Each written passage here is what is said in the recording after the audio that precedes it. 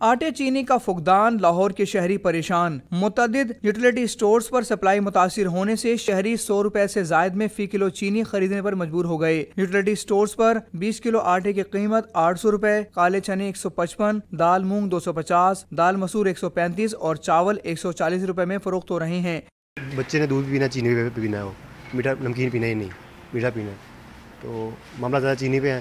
3-4 چکر لگا چکا ہوں تو چینی نہیں مل رہی۔ 68 پر کے جی مل جاتی ہے، لیکن میں روزانہ آتا ہوں یہاں پہ، کبھی ملتی ہے کبھی نہیں ملتی، تو آج بھی آیا ہوں، آج بھی نہیں ملی۔ اتنی مہنگائی ہوگی سر، اب یہ بتائیں ہم جائیں تو جائیں کہاں۔ خریداروں نے شکوہ کیا کہ یوٹیلیٹی سٹورز پر اشیاء کی قیمتیں عام دکانوں کے مقابلے میں بہتر نہیں۔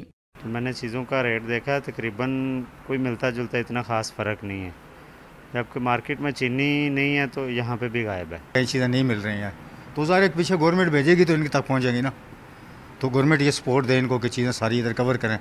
کوئی بار تو ریٹ بہت آئی جا رہے ہیں، اب آٹے کا تھیلا 900 روپے کا آ گیا، یہ 800 روپے کا دے رہے ہیں۔ یوٹیلیٹی سٹورز انتظامیہ کا دعویٰ ہے کہ اشیاء خورنوش کی قیمتوں میں عام مارکیٹ سے واضح فرق ہے۔ کیمرامین فاروق احمد کے ساتھ عدنان شیخ، ڈان نیوز، لاہور۔